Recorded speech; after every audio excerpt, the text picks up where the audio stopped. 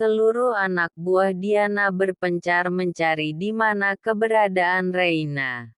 Tapi sudah hampir seminggu Reina juga tidak berhasil ditemukan. Hal itu yang membuat Diana murka. Sementara di gedung Kesuma Group, Bagas sedang membaca hasil penyelidikan dari keluarga Rina yang selama ini dicari tahu oleh Raka. Jadi benar Reina anak dari Pak Budi, anak dari rekan bisnis kita? Tanya Bagas memastikan. Benar bos. Bahkan saham di perusahaan orang tua Reina masih atas nama Nona Reina sendiri bos, sahut Raka menjelaskan. Lantas kenapa ayahnya malah memperlakukan Reina seperti ini? Bukannya Pak Budi itu orangnya sangat baik? Tanya Bagas lagi. Menurut informasi orang suruhan saya, kalau ada satu rahasia yang belum diketahui mereka bos, tapi mereka menyimpulkan kalau Pak Budi tidak bisa membela Nona Reina selama disiksa oleh ibu tiri dan saudara tirinya karena ada alasan tertentu. Dan menurut orang suruhan kita kalau ini semua ada sangkut pautnya dengan ibu tiri dan saudara tiri Nona Reina. Sahut Raka menjelaskan lagi. Bagas terdiam mendengar penjelasan Raka. Ada rasa curiga di benak Bagas mulai dari kematian ibu kandung Reina sampai siksaan yang dialami Reina dan diamnya ayah Reina saat Reina disiksa abis oleh ibu tirinya. Bagaimana dengan saudara tiri Reina? Tanya Bagas lagi. Saya sudah menyuruh orang kita untuk mendekati saudara tiri Nona Reina bos. Cuma kita harus merubah penampilan orang suruhan kita dulu. Agar Siska saudara tiri Nona Reina lebih mudah didekati bos, ucap Raka memberitahu. Emang dia wanita pemilih. Kenapa harus dirubah segala? Bukannya banyak orang suruhan kita yang ganteng? Tanya Bagas. Biar lebih dapat aja bos. Jadi Siska lebih mudah jatuh cintanya, ucap Raka berusaha menjelaskan agar Bagas lebih mengerti. Kenapa bukan kamu saja yang mendekati wanita rubah itu? Suruh Bagas. Maaf bos. Saya tidak ahli di bidang ini. Tolak Raka secara halus. Bukan dia tidak mudah membuat Siska jatuh hati adanya. Tapi dirinya tidak mau menjadi korban kalau sewaktu-waktu Siska meminta lebih atas dirinya. Karena Raka sudah mencari tahu dulu tentang pergaulan Siska. Ya sudah kamu atur aja gimana baiknya. Tapi saya tidak mau semuanya gagal. Buat semuanya senatural mungkin. Agar tidak ada kecurigaan. Untuk siapa yang mendekati Siska saya serahkan sama kamu semuanya, ucap Bagas memerintah Raka. Baik bos, sahut Raka dengan hormat. Oh ya Raka, tolong kamu panggilkan Tria ke sini. Ada yang mau saya bicarakan dengannya. Dan kamu masuk lagi ke sini. Saya tidak mau kalau hanya berdua dengan wanita di dalam ruangan saya. Takut mereka besar kepala, ucap Bagas dan langsung diangguki kepala oleh Raka. Raka dengan sigap langsung keluar ruangan Bagas dan memanggil Tria untuk menghadap bosnya. Kini orang yang dipanggil Bagas sudah ada di hadapannya. Tolong kamu carikan saya baju wanita beserta pakaian dalamnya. Untuk ukurannya 11-12 sama tubuh kamu, ucap Bagas to the point pada Tria. Tria yang mendengar bosnya meminta dirinya untuk membelikan pakaian wanita langsung melototkan matanya. Menurut Tria ini adalah hal yang langka karena bosnya saat ini sedang dekat dengan seorang wanita. Tapi siapakah kira-kira? Kenapa kamu diam? Kamu keberatan? Tanya Bagas dengan tampang dinginnya dan menatap Tria dengan mata elangnya. Bos. Saya akan ke butik tempat langganan keluarga bos membeli pakaian, ucap Tria terbata-bata. Bagus. Cari yang sopan dan tertutup. Kamu akan ditemani bodyguard saya. Dan kamu setelah selesai membeli pakaian, kamu langsung antar ke rumah saya. Mereka akan membuka pintunya karena Raka akan mengurus semua. Dan ingat beli sebanyak-banyaknya. Kamu dengar, ucap Bagas penuh penekanan. Satu lagi.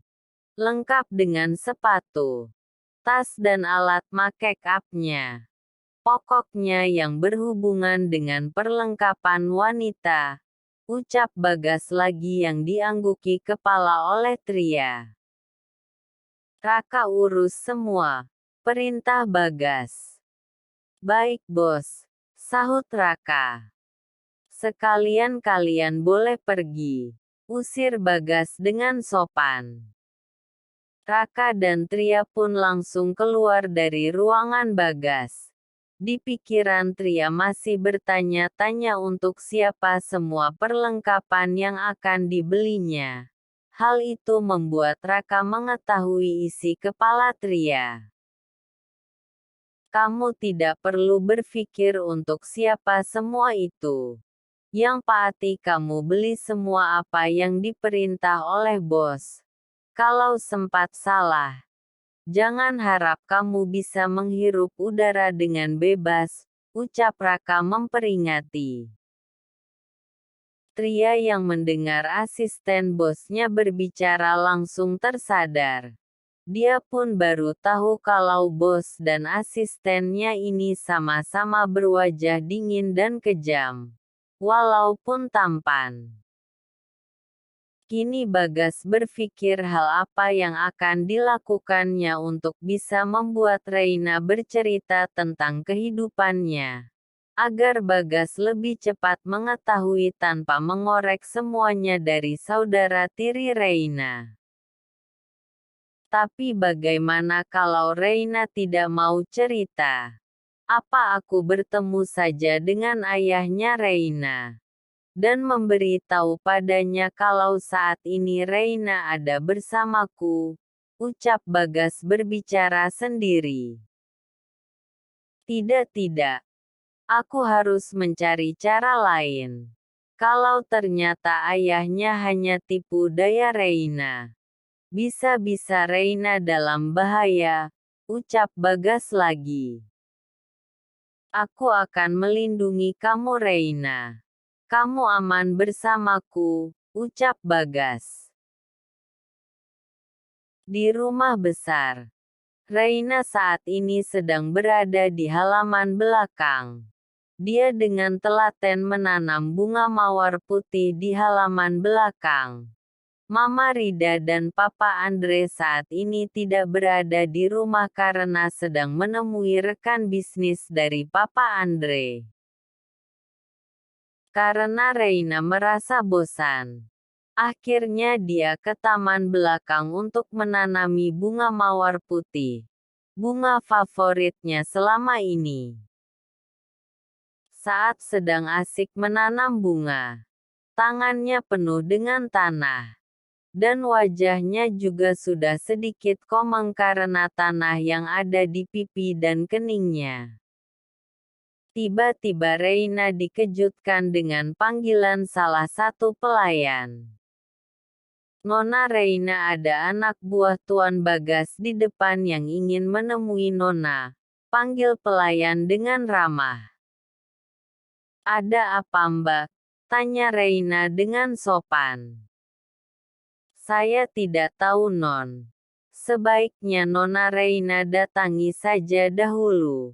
Ucap pelayan tersebut kemudian pamit undur diri karena masih ada pekerjaan yang akan dia kerjakan. Baiklah Mbak. Terima pekerjaan. Baiklah Mbak. Terima kasih banyak ya. Ucap Reina dan diangguki kepala oleh pelayan tak lupa dengan senyuman manisnya. Reina berjalan ke ruang tamu di mana ia melihat ada seorang wanita yang duduk di sofa dan lelaki bertubuh tegap dengan pakaian serba hitam berdiri di samping sofa. Maaf, ada apa ya mencari saya? Ucap Reina dengan suara pelan. Tria langsung melihat ke arah Reina yang berdiri di ujung sofa dengan tangan saling menyatu. Dan wajahnya masih cemong akibat menanam bunga. Lelaki yang berdiri langsung membungkukkan tubuhnya memberi hormat. Tria melihat itu hanya bisa diam saja dan memperhatikan penampilan Reina dari atas sampai bawah. Siapa wanita ini? Ada hubungan apa dia dengan keluarga Kesuma? Tapi dilihat dari wajahnya dia begitu cantik dan manis. Walaupun wajahnya kotor. Batin Tria. Maaf, ada apa Nona mencari saya? Apa sebelumnya kita pernah bertemu? Tanya Reina ada sedikit rasa takut. Reina takut kalau orang yang ada di hadapan saat ini adalah orang-orang suruhan mama tirinya. Reina sangat tahu bagaimana kelakuan mama tirinya.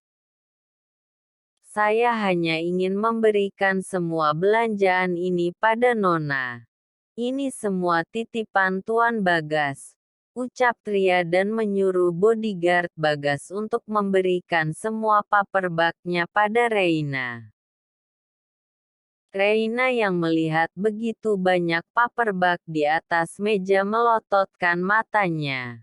Reina kembali melihat Tria. Rapi Tria hanya diam saja masih memperhatikan Reina begitu dalam. Tapi kenapa sebanyak ini? Saya tidak pernah minta barang ini semua. Ucap Reina pada Tria. Saya hanya menjalankan tugas dari Tuan Bagas saja Nona. Karena barangnya sudah sampai. Saya permisi mau kembali ke kantor. Pamit Tria dan langsung keluar dari rumah besar Kesuma. Tapi dia masih sempat melihat sekali lagi Reina sebelum keluar dari rumah. Reina hanya bisa terbengong melihat begitu banyak belanjaan yang diberikan Bagas.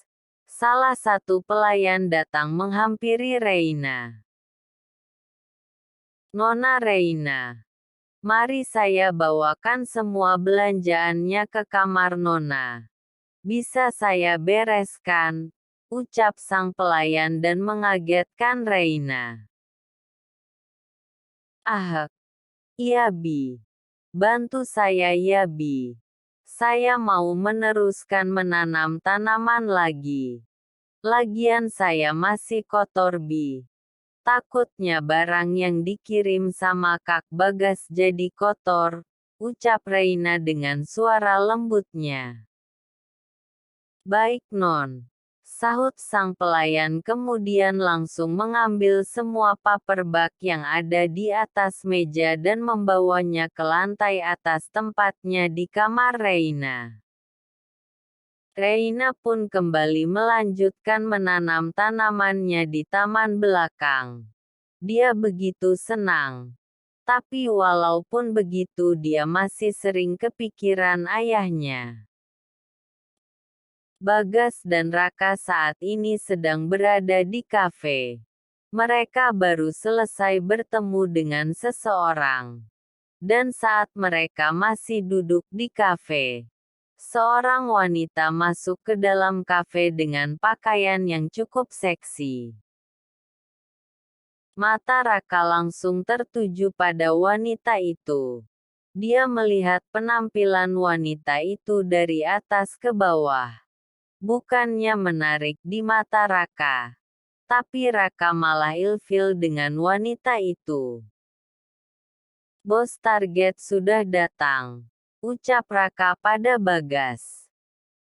Bagas langsung mengangkat kepalanya setelah mendengar ucapan asistennya. "Yang mana orangnya?" tanya Bagas melihat sekeliling kafe dengan mata elangnya. "Yang itu bos. Wanita yang berpakaian seksi.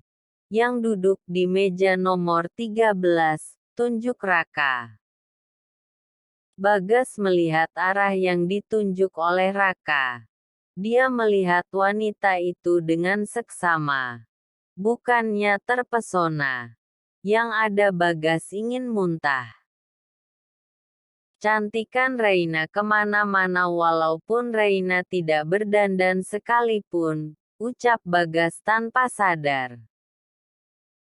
Raka yang mendengar ucapan bosnya hanya bisa menarik sedikit ujung bibirnya tersenyum.